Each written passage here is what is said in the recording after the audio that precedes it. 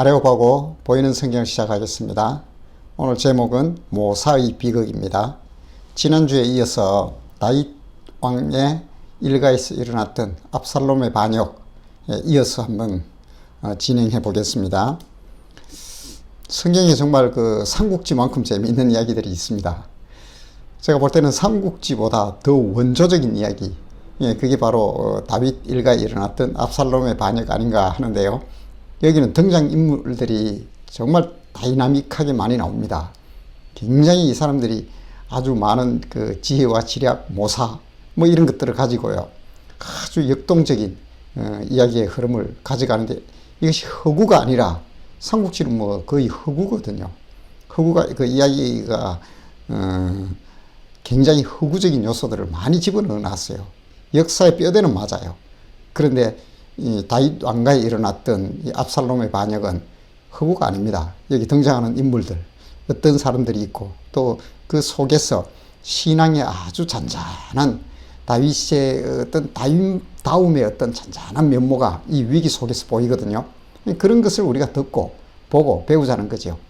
자, 이 압살롬의 반역이 본격적으로 지난주에 이어서 이제 뭐 시작이 되죠. 압살롬이 헤브론에서 왕이 되었다는 거예요. 이미 뭐 다윗 왕이 그 얘기를 들어보면 다 알지요. 딱 아하, 이거 돌이킬 수 없구나.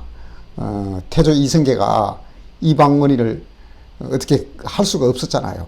이미 끝나버리면 뭐 아무리 뭐 정말 뛰어난 그 이성계라 할지라도 모든 백성의 마음이 돌아섰고, 특별히 군권, 이 정말 군사력이 돌아섰다면 이거는 뭐 돌이킬 방법이 없는 거죠. 그렇게 이제 압살롬이 준비를 해버립니다. 자, 다윗이 예루살렘에 있는 그의 모든 신하들에게 이르되, 야, 큰일 났다. 이 다윗은 백전노장이잖아요. 일어나 도망가자. 그렇지 않으면 우리 중 다음 봐요, 한 사람도 압살롬에게서 피하지 못하리라. 이미 아마 일이 기울었다는 것을 전령을 통하여 듣게 됩니다. 그래서 빨리 가자. 빨리 가자. 자, 이게 다윗은 벌써 아는 거예요. 뭐 지금 챙길 거 없어요. 빨리 예루살렘을 벗어나야 돼요. 도망가야 돼요. 지금 밑에 그 헤브론에서 쳐들어 올라오고 있다는 소식을 딱 들은 거예요. 아이, 큰일 났다. 빨리 가자. 두렵건대 우리를 급히 따라와. 이게 정확합니다. 급히 따라와. 이 추격조가 따라와서 우리를 해하고 칼날로 성읍을 칠까 하노라. 다윗은 백전노장이기 때문에 이미 그 압살롬이 이렇게 반역을 일으켰다는 걸 알면, 알고 있는 상황에서는 어떤 것도 남아나지 못한다는 걸 아는 거예요. 그래서 가장 합당한 대응책은 도망가는 겁니다. 지금 빨리 벗어나서 뭘 생각을 해야 되는 거예요. 그래서 급히 도망가자 하는 거예요. 처량하게 아들에게 쫓겨서 이 예루살렘 성이 좀 보입니까? 이 도망 나오는 거예요. 요단강을 건너서 멀리 저 북쪽까지 나중에 그 지도 보일 텐데요. 도망갑니다. 멀리 도망가야 되는데, 자, 온 땅 사람들이 큰 소리로 울며, 이 다윗을 따르는 사람들이죠. 모든 백성이 앞서 건너가매 왕도 기드론 시내를 건너간 모든 백성이 강야 길로 행하리라. 요단강을 건너기 위해서 지금 기드론 골짜기, 그렇게 멀리 나오는 얘기는 아니에요. 이거는 성을 벗어나서 지금 뭐 이쯤 되겠네요. 급히 이제 뭐 처량하게 아들에게 쫓겨서 가는 다윗, 그런 말씀 얘기들이 있는데요. 지도로 보면 제가 한글로 되어 있는 걸 못 찾겠더라고요. 구글링해서 찾았는데, 압살롬의 반역이지요. 압살롬의 반역이 여기가 보면 예루살렘이잖아요. 예루살렘. 여기가 지금 예루살렘이에요. 그리고 이 바후림이라고 이렇게 나와 있죠. 이거 여기 심의 그 영린 같은 놈 나오는데요. 요 도망가서 이쯤 지금 막 가고 있는 얘기를 지금 적는 거예요. 방금 읽은 게. 막 도망가고 요 근처예요. 바후림 근처. 그래서 어디까지 가느냐? 에브라임까지, 여기까지 도망가는 거예요. 마하나임 여기까지 도망갔다가 나중에 이제 전쟁을 통하여 다시 이제 압살롬이 죽게 되고 복귀하죠. 여기 저 압살롬은 요 헤브론에서 이렇게 지금 일로 쳐들어오고 있다는 소식을 들은 거예요. 그래서 빨리 도망가자. 다 죽는다. 이런 얘기입니다.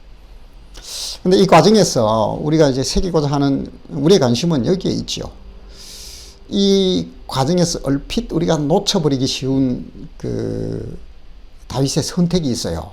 그래서 그걸 이제 보자는 건데, 자, 이렇게 지금 막 압살롬이 일어났다 그러니까 이미 왕이 막 급히 버리고 도망갈 정도면 이미 끝난 거예요. 그러면 많은 사람들이 전부 압살롬 편으로 이렇게 붙어버립니다. 이때는 그런 경우들 많이 있습니다. 정권이 바뀌면 잽싸게 붙어버리죠. 예. 자, 그래서 그 첫 번째 제가 이렇게 다윗의 어떤 그 선택, 이 다급한 상황에서도 선택하는 다윗의 어떤 그 면모를 보면서 역시 참 큰 사람이라는 생각을 하게 되는데요. 근데 큰 사람이라는 것은 하나님을 그렇게 두려워하고 하나님을 의식하며 그렇게 산다는 거죠. 우리에게 있어야 될 그거죠. 하나님 앞에 민감해야 된다는 거예요. 자, 첫 번째는 보니까 제일 먼저 이제 여기 사독이 나오죠. 사독이 나오는데 이 제사장입니다. 이 제사장인 사독이 왕께 이르되 보라 하나님의 왕이 사독에게 이르되 보라 하나님의 궤를 성읍으로 도로 가라. 자, 이런 일이 생기니까 가장 중요한 게 언약궤인 거예요. 그러니까 제사장 당시에 사독과 아달이거든요. 그들이 얼른 이렇게 언약궤를 메고 다윗을 따라 나오는 거예요. 이 언약궤를 메고. 왜냐하면 이 언약궤는 하나님의 임재니까 곧 다윗과 함께 있어야 된다는 이 제사장들도 굉장히 위험한 일을 벌이는 거예요, 지금. 그런데 자기들의 왕은 다윗이라는 거죠. 그래서 따라 나와요. 나오니까 다윗이 하는 말이 하나님의 언약궤 성읍으로 다시 가라. 나만 나가면 되지. 왜 하나님의 언약궤를 가져오느냐. 이때 아마 언약궤를 보고 백성들은 막 굉장히 좋아했을 거예요.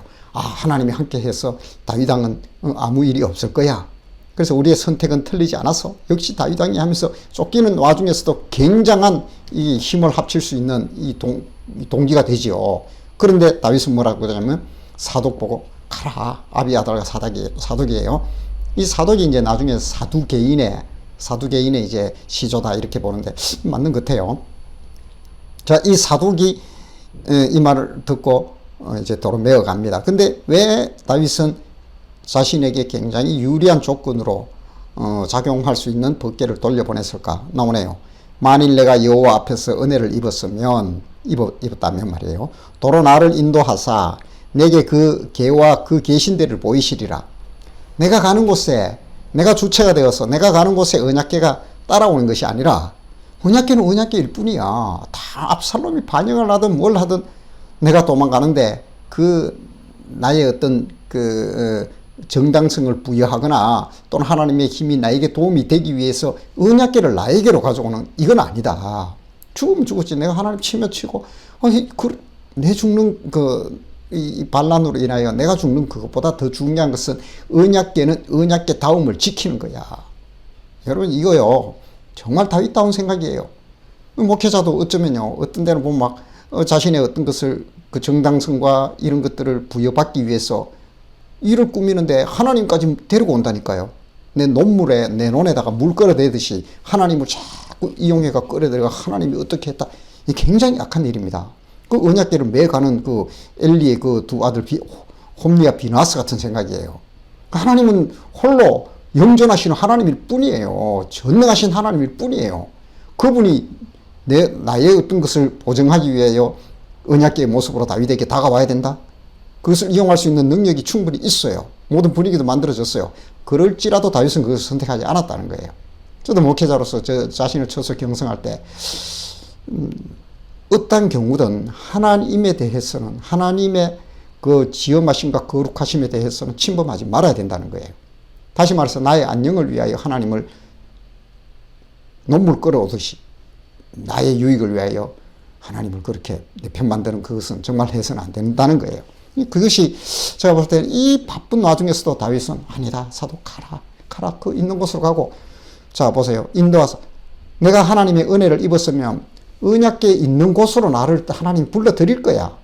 이게 어떻게 될지 모르지만은 하나님이 그 일을 하실 거고 한데 어떻게 하나님을 내게로 오게 하느냐. 나를 인도하사 내게 그 궤와 그 계신 데를 보이시리라. 그 하나님 있는 곳으로 보인다는 건 뭐예요? 나를 하나님의 그 존전 앞으로 나를 인도하실 거야. 하나님의 은혜라면. 그래 그것을 믿는 게 믿음이죠. 굉장히 훌륭한 선택을 한 거예요. 예. 그래서 또 보면 이런 와중에 이제 뭐 다급하잖아요. 아주 진짜 최대 위험한 이 청천벽력이라는 게 이게 마른 하늘에 푸른 하늘, 푸르잖아요. 푸를 청자예요. 청천에 청천 푸른 하늘에 병력이 이 벼락을 얘기하는 거예요. 벼락 치는 같은 소리가 들리는 거예요. 그게 뭐냐? 아마 다윗은 죽었다고요. 아마 이게 아마 복창했을 거예요. 이제 끝났구나. 그게 바로 아히도벨입니다. 아히도벨이라는 사람이 압살롬의 모사로 들어갔다는 거예요. 자, 우리가 앞에서는 소개가 잘 안 됐지만은 그 많은 전쟁을 치를 때 다윗에게는 모사가 둘이 있었습니다. 한 사람은 젊은 아히도벨이에요. 또 한 사람은 나이가 다윗보다 많거나 비슷한 후세라는 두 사람이 등장을 해요. 이 사람들이 이제 제갈공명과 봉추선생 방통 같은 사람이에요. 우리가 방통에 대해서 잘 모르는데 같은 동문수학을 했던 제갈공명의 그 동문수학을 했던 아주 친한 벗이에요. 근데 제갈공명하고 겨루도 전혀 밀리지 않는 사람입니다. 하늘이 제갈공명을 선택한 거예요. 자, 그와 같이 다윗이 보니까 압살롬에게, 자 보세요, 아히도벨이 갔다는 거예요. 어떤 사람이 다윗에게 알리되 압살롬과 함께 모반한 자들 가운데 누가 있다고요? 아히도벨이 있나이다. 깜짝 놀란 거예요. 이 소식만은 듣고 싶지 않았거든요. 자, 전쟁은 누가 하냐면 막 장군들이 하는 게 아닙니다. 장비를 나가서 간우와 장비는 막 칼과 창을 쓰고 있어도 그런 전쟁의 전략과 전술을 짜는 사람은 제갈공명이었잖아요. 전쟁은 누가 하냐면 이 아히도벨 같은 사람이 하는 거예요. 후세 같은 사람이 하는 거예요. 그래서 다윗이 그렇게 다녀도 이런 사람들이 함께 했었기 때문에 전쟁에서 승리할 수 있었던 그 이유가 되는데요. 이 아히도벨이 오늘 등장하잖아요. 근데 같이 아히도벨이 압살롬과 함께 있나이다 하니 다윗이 이르되 여호와여, 급히 하나님께 기도하는 거예요. 여호와여, 원하옵건대 아히도벨의 모략을 어리석게 하옵소서. 다윗이 할 수 있는 최고의 조치인 거예요. 하나님, 큰일 났습니다. 아히도벨이 베푸는 저 계략은 완벽하거든요. 다윗이 너무 잘 알지요. 자기가 지금 어떤 상태에서 쫓기고 있고 그러면 압살롬은 어떤 전략과 전술을 써야 된다는 것을 아히도벨은 정확히 알고 있는 사람입니다. 근데 그의 모략을 어리석게 하라는 거예요. 자, 이렇게 다급한 소식이 들려옵니다. 그러면서 이제 두 번째 다윗의 조치가 이어지는데요. 자기에게 이제 또 한 사람 더 있지요. 후세, 나이가 좀 있어요. 산전수전을 같이 겪었던 후세가 등장하는데요. 다윗이 하나님을 경배하는 마루턱에 이를 때에 쫓겨가다가 이제 우리 다 알 수는 없지만 다윗이 경배하는 그 마루턱이라는 건 늘 하나님을 만나는 그 밖에 있는 기드론 성전 같은 그런 곳을 얘기하는 거예요. 예, 성터 같은, 기드론 성터 같은 그런 곳에 이를 때에 아렉 사람 후세가 얼마나 급했는지 소식을 듣고 늦게 쫓아온 거예요. 후세가 옷을 찢고 흙을 머리에 덮어쓰고 다윗을 맞으러 온지라. 왕이여, 어디 갑니까? 하면서 막 친구이기도 해요. 다윗과 후세가 원래 그 모사와 그 주군은 버시기도 하고 뭐 술도 대작하고 뭐 그래 합니다. 이제 막 쫓아와서 왕이여 어디 가나이까 하면서 막 급히 쫓아오네요. 그러니까 다윗이 그에게 이르되 후세야 내가 만일 나와 함께하면 너는 나에게 누를 끼칠 뿐이야. 다윗도 아는 거예요. 뭘 아냐면 와봤자 지금 쫓겨가는 상황에서 우리가 베풀 계략이 없다는 거예요. 급히 달아나기 바쁜 거예요 지금요. 그러면 다윗 생각에는 뭐냐면 너는 빨리 돌아가서 압살롬에게 붙어라. 압살롬에게 붙어라 할 때는 거기서 이제 아히도벨의 모략을 어리석게 한다는 것은 이런 전술도 있지만 또 후세가 뒤에서 이런 전술도 있습니다 하고 헷갈리게 만들어라는 거예요. 자, 그래서 제가 볼 때 다윗의 두 번째 좋은 선택은 무엇이었냐면 하나님의 기회를 자기 앞으로 유용하지 않았지요. 그리고 두 번째는 자기의 버친 군사 모사 후세를 압살롬에게로 보내는 겁니다. 압살롬의 사람인처럼 보내는 거. 이걸 정말 잘한 거예요. 그리고 세 번째 이제 나오는데요. 여기에서 보면 이제 이 친구가 게라의 아들 바후림의 시므이라는 사람이 시므이 못돼 먹은 놈인데 이게 누구냐면 베냐민 지파예요.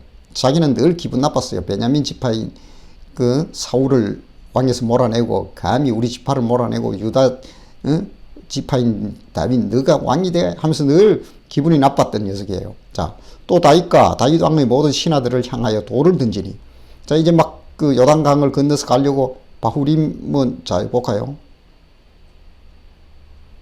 이쯤이죠, 바후림. 나와서 얼마 안 됐네요. 자, 이쪽으로 이제 빨리 여기 가야 삽니다. 건너가야 살아요, 이 요단강을. 예. 그런데 여기 오니까 이 친구가 이게 좀 그 지방 토호 세력쯤 됩니다. 그래서 자기 군사도 있고 자기 이제 사병도 있어요.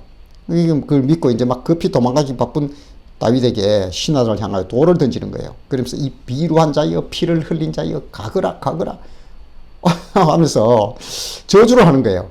그때의 모든 백성과 용사들은 왕의 좌우에 다 급히 쫓겨가기 바쁜 거예요. 그때 시므이가 저주하는 가운데 이와 같이 말하니라. 피를 흘린 자여, 사악한 자여, 가거라. 야, 니 참 잘했다. 우리 사울 왕의 자리를 뺐더니, 그래, 그게 네가 똑바로 했더라면 하나님이 네 아들한테 다시 쫓기게 하겠느냐? 생각을 해봐라. 바로 옆에서 이렇게 그림을 그려놔서 그렇지만 강 건너서 하는 거예요. 그러니까 당장 막 급한 도망가는 걸 알고 지금 하는 거예요. 그러니까 그 서루야의 아들이라는 그 다윗의 이제 조카가 되는 사람이에요. 그 아비새란 친구가, 그럽니다. 저 죽은 개 같은 녀석을 내가 아무리 급해도 가서 때려 죽이고 올게요. 그러니까 다윗이 하는 말이 이거예요. 건들지 마라. 그 건드리면 뭐 하느냐. 지금 도망가기도 바쁘고, 봐라, 지금 우리 처지가 자가 하는 말이 틀린 게 아니다.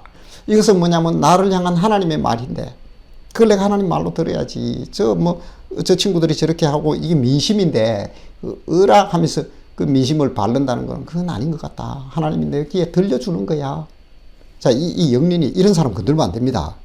이 시므이 같은 이런 사람을 건드려버리면 안 돼요. 이 나중에요, 다윗이 압살롬을 이기고 돌아올 때는 또 한 1000명 데려와서 넙죽 엎드려서 죽을 죄를 졌다고 살살 빕니다.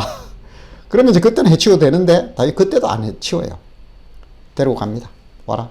그래서 예루살렘에서 살게 합니다. 그러니까 이때 당시에 그렇게 정말 댕강 달아나도 전혀 뭐 손색이 없는 이 친구가요, 와서는 예루살렘에 와서는 다윗 왕이 이제 회복됐을 때요, 압살롬을 제거하고 다 이렇게 돌아왔을 때는 막 이 예루살렘에 그 가둬놓고 삽니다. 그러나 가둬놓고 예루살렘 벗어나지는 말고 살아라 그럽니다.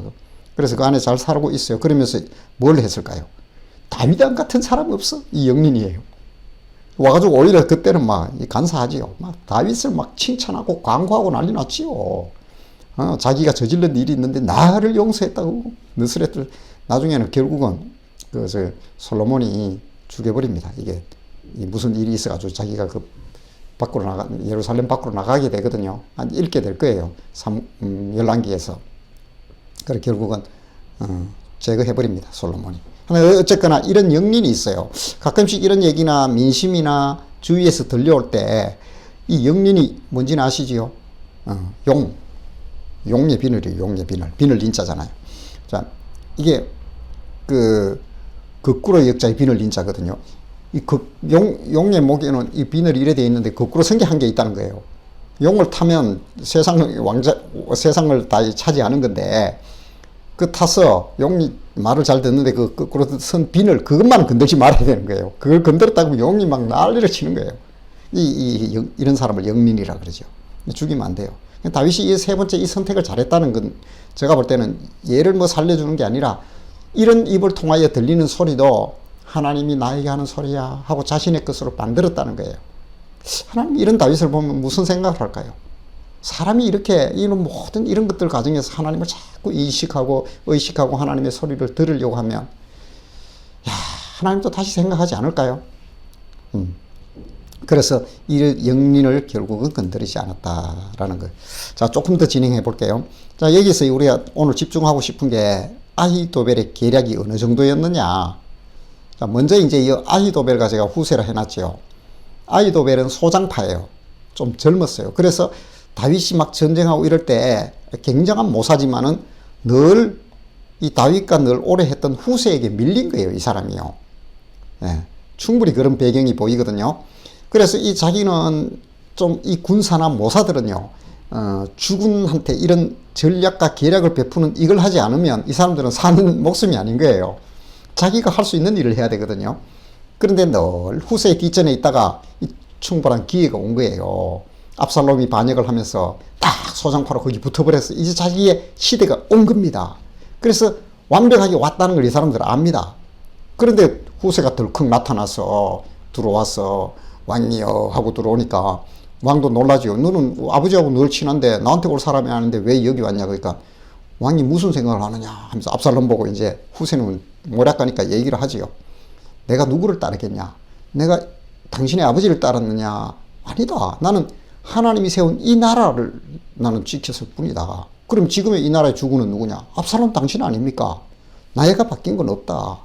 그러니까 이게 허영심을 자극하니까, 이거 나한테 안 그래도 아히도벨도 있고 있는데 후세까지 왔으면 아버지한테는 모사도 없고 끝난 거야. 하면서 받아들일 때 아마 아히도벨은 깜짝 놀랐을 거예요. 이 다 내 시대가 왔는데 저 영감이 또 왜 들어왔냐. 자기들끼리는 눈빛이 불꽃이 튀거든요. 그런 상황이에요. 자, 그런데 아히도벨이 어떤 사람인지 성경이 기록하고 갑니다. 기록하는 이유가 있겠죠. 자, 그때에 아히도벨이 베푸는 계략은 사람이 하나님께 물어서 받은 말씀과 같은 것이라. 다시 말해서 하나님이 내린 계략이란 거예요. 그 정도로 뛰어난 지략가가 아히도벨이었던 거예요. 그래서 다윗이 급히 아히도벨의 계략을 어리석게 하옵소서 급히 기도했던 거예요. 아히도벨의 모든 계략은 다윗에게나 압살롬에게나 그와 같이 여겨졌더라. 이들도 인정한다는 거예요. 그래서 제일 먼저 들어와서 아까 그 헤브론에서 다윗 도망간 뒤에 예루살렘 들어와서 첫 번째 아히도벨이 내린 계략이 왕이 그 10명의 후궁을 남겨두고 갔잖아요. 백주 대낮에 그 백성들이 보는 앞에서 그 옥상 위에서 이들과 동침하라. 아버지의 여인들을 건드렸으면 백성들이 무슨 생각을 할까요? 건너지 못할 강을 건너버린 거예요. 이 둘 부자는 이제 화해하기 틀린 거예요. 세력은 압살롬에게로 기울었으니까 할 수 없다. 백성의 민심이 압살롬에게 확 쏠렸습니다. 그 계략을 누가 베풀었냐? 아히도벨이 한 거예요. 그리고 이어서 하는 말이 빨리 12,000명의 정예부대를 추격조를 만들어서 급히 따라가라. 다윗왕은 전술의 전략에 뛰어난 사람이지만 급히 가느라고 이 아히도벨은 알죠. 지금 쫓아가면 그 요단강을 건너기 전에 만나서 섬멸할 수 있고 섬멸할 필요도 없다. 다윗왕 한 명만 딱 잡아버리면 된다. 그러면 당신의 백성들이고 다 돌아옵니다. 완벽한 계략 맞습니다. 바로 이게 아히도벨의 이제 하나님이 주는 말씀 같다는 거예요. 정확하게 이 계략을 딱 베풀게 됩니다. 그런데 후세가 있지요. 후세가 있으니까 이제 군사가 2명이나 있고 하니까 그 여유가 생긴 거예요. 압살롬이. 그래서 압살롬이 이르되 야, 그 아히도벨 말고 후세도 있지 않냐. 후세 좀 불러와라. 그리고 후세가 이제 불려간 거예요. 그 너는 어떻게 하면 좋겠냐 하면서 네 말도 좀 들어보자. 이렇게 한 거예요. 그러니까 왕이요. 지금 그 아히도벨이 베푼 계략은 정말 좋습니다. 그런데 왕이 잊고 있는 게 한 가지가 있다. 압살롬이 그게 뭐냐고 그러니까. 당신 아버지 왕은 백전노장이다. 산전수전 다 겪은 사람인데 도망가면서 여기저기 추격조 따라오는 걸 알고 다 내복에 있다. 그 괜히 가다가 그 용맹은 진짜 많이 죽은 것도 아닌데 한 열댓 명이 어디 매복조에 걸려가지고 죽으면 소문이 뭐라고 났냐면 순식간에 압살롬이 당했다. 역시 다윗이다. 판이 바뀝니다. 잘못하면. 그 걱정하지 마라. 가봤자 그 몇 명 데려간 거 우리가 알지 않냐. 그 따라봤자 따르던 600명하고 있거든요. 정예부대들이 있어요. 있다 해도 사실은 이 본 군인 본 진영하고는 비교가 안 돼요. 월등하게 이제 압살롬이 셉니다. 지금 힘이. 그러니까 그 걱정하지 마라. 아니 다윗왕이 어디 숨었다 한들 우리가 다 이잡듯이 뒤집어낼 수 있고 또 하나 우리 성에 들어갔다 생각해 봅시다. 그거 있으라 하시라고. 우리가 성을 묶을 거대한 밧줄을 만들어서 잡아당겨서 물에 빠뜨릴 수 있다. 성을 잡아당길 수 있다. 이 정도다. 우리가 뭘 걱정하느냐. 그러니까 압살롬이 가만 생각해 보니까 이미 왕이 다 가졌는데 뭘 걱정하냐. 그러니까 야, 이 괜히 잘못했다가 이 밟힌다. 그래, 안전하게 가자. 어차피 내 나라에 끝난 얘기인데 그렇게 급히 갈 필요 없다. 야, 이번에 계략은 후세가 확실히 낫네. 이런 얘기를 딱 해버리는 거예요. 야, 자, 이 압살롬의 허영심을 자극한 거예요. 이 순간요, 등줄에 땀이 한 줄기 쭉 흐른 사람은 아히도벨이었을 거예요. 왜냐하면 사실은요, 아히도벨이 맞았어요. 급히 따라갔으면 끝났습니다. 게임이. 그런데 지금 빨리 도망가서 멀리 가서 이 전열을 갖추고 멀리 도망가는 수밖에 없습니다. 가서 뭘 하든지 해야 돼요. 지금 그 다윗은. 근데 그 시간이 필요한데 후세를 정확히 꿰뚫고 아히도벨도 알고 있어요. 왕이 그걸 아히도벨 걸 선택해버리니까 사실 원했던 것은 그 시간 벌기죠. 그래서 이런 작전을 했습니다. 라고 그 언약궤를 메고 들어갔던 그 사독과 아비 아들 있죠. 그 두 아들 아히마스와 요나단이 나오는데 그 사람들 통해서 왕이여 이렇게 해서 압살롬이 이 전술대로 듣고 지금 시간이 있으니까 빨리 급히 가서 강을 건너갔어요. 그리고 살았습니다. 이게 바로 이 모사들의 전쟁인데요. 자, 보세요. 결론으로 가는데요. 자, 이 선택이 있어요. 압살롬과 온 이스라엘 사람들이 이르되 아렉 사람 후세의 계략은 아히도벨의 계략보다 낫다 하니, 자, 이게 중요합니다. 이는 여호와께서 압살롬에게 화를 내리려 하사 아히도벨의 좋은 계략을 물리치라고 명령하셨습니다. 이 압살롬이 선택한 게 아니라 하나님이 그렇게 했다는 거예요. 왜 그랬을까요? 이런 그 하나님이 아히도벨의 계략보다 후세의 계략을 선택하게 만드는 이유는 아까 제가 설명했던 그 세 가지입니다. 내가 어떻게 하나님의 계를 내 개인적으로 나를 위하여 그렇게 유용하랴 이런 거예요. 그리고 그 후세 같은 그런 사람을 쓸 줄 아는 거지요. 쓸 줄 알고 좋은 친구가 필요합니다. 모사도 필요하고요. 얼마나 좋아요. 그리고 또 하나는 영린. 이 영린이 건들면 안 됩니다. 이런 거. 자, 이건 영린을 본 게 아니라 이 속에 있는 하나님의 음성을 보았던 거죠. 들었고 보았던 거지. 그래서 하나님께 민감했던 그를 하나님이 돌아보셔서 후세의 계략을 선택하게 압살롬을 움직이셨다. 이런 겁니다. 자, 재밌는 얘기인데요. 우리는 재밌지만 그 얘기는 비극이죠. 그 뒤에 있는 얘기를 이렇게 적어 놓은 거예요. 아히도벨이 모사지요. 후세에게 밀렸어요. 자기 계략이 시행되지 못함을 보고 곧바로 나귀에 안장을 지우고 일어나 고향으로 가버립니다. 그리고 자기 집에 이르러 집을 정리하고 뭐 다 했겠죠. 그리고 뭐요? 스스로 목매어 죽음에 그의 조상의 묘에 장사되니라. 가서 자살해버립니다. 죽어버립니다. 이 사람들은 어차피 끝났다는 걸 압니다. 아, 게임 끝났다. 후세가 딱 그 말할 때, 후세 이야기를 들을 때, 아, 게임 끝났다. 어차피 자기도 죽게 된다는 걸 깨달은 거예요. 죽어요. 그거 압니다, 이 사람들은. 그래서 스스로 가서 비범하지요. 비범해. 제가 볼 때 참 비범해, 이 사람은. 자기 시대가 끝나버린 거예요. 자기 시대에 후세에 가려져서 다윗에서 빛을 못 봤는데 어떻게 좀 해보려고 했는데 하나님이 허락하지 않는 거예요. 그래서 결정적인 것은 다윗 같은 사람을 볼 줄 알고 거기에 붙어야 되는데, 물론 뭐 아히도벨이 못 본 건 아니에요. 후세 때문에 제가 볼 때는 빛에 가려서 자기 계략을 못 폈던 그런 게 한이 되지는 않았을까. 뭐 저희 생각입니다. 자, 이게 아까 그 하나님이 개입하는 이유 바로 이겁니다. 하나님을 사적으로 이용하지 않겠다. 여러분, 그렇게 해야 됩니다. 내가 아무리요 억울한 누명을 벗고 이렇게 할지라도 하나님을 어지간하면 그 하나님을 빌미를 잡지 마세요. 하나님을 자꾸 데려오려고 하고 그러면 안 됩니다. 내 정당성을 위해서 막 때로는 설교 단상을 이용하고 그러면 안 됩니다. 하나님은 전능하시고 고귀하고 거룩하신 그분 홀로 존재할 뿐입니다. 감히 그분을 어떻게 사적인 나의 어떤 유익을 위하여 유용하겠나요? 그리고 후세를 압살롬에게로 보냈던 이 다윗의 마음, 이게 뭐냐, 좋은 친구와 벗을 가지고 있다는 거예요. 그렇게 살아왔으니까 이런 사람이 옆에 있는 거예요. 사실 후세도 그 들어갈 때는 목숨 걸고 들어간 겁니다. 뭐 네가 왜 왔냐, 압살롬 이 자식아, 니는 내 아버지 친구 아니야, 그러잖아요. 거기서도. 그러면서 야, 나는 아히도벨이면 충분하거든. 너를 믿을 수 없어. 너는 못 산대. 만약 그래 봐요. 목숨 걸고 들어간 거예요. 그래서 이런 좋은 친구가 있었다는 것. 그리고 세 번째는 영린을 건드리지 않았다는 거예요. 그 영린을 건드리지 않은 그 배경에는 그것도 하나님의 음성으로 듣겠다는 거예요. 자신에게로 모든 포화를 돌리는 거예요. 내가 지겠다는 거죠. 훌륭합니다. 이 다급한 상황에도 이런 선택을 하는 다윗. 그래서 하나님은 그에게 다시 복원되는, 뒤에 알지요. 뭐 다시 압살롬을 제압해버리게 되잖아요. 성도 여러분, 오늘 우리의 신앙함은 어디에 있나요? 정말 하나님을 하나님답게 경외하며 내 모든 열려있는 채널과 삶 속에서. 근데 하나님의 음성으로 듣고 보는 거예요. 그리고 그것을 내 삶에 적용시키는 겁니다. 이 신앙함이지요. 이것이 바로 오늘 우리에게 요구됩니다. 그랬을 때 하나님은 이 모사들을 또 바꾸시더라라는 거예요.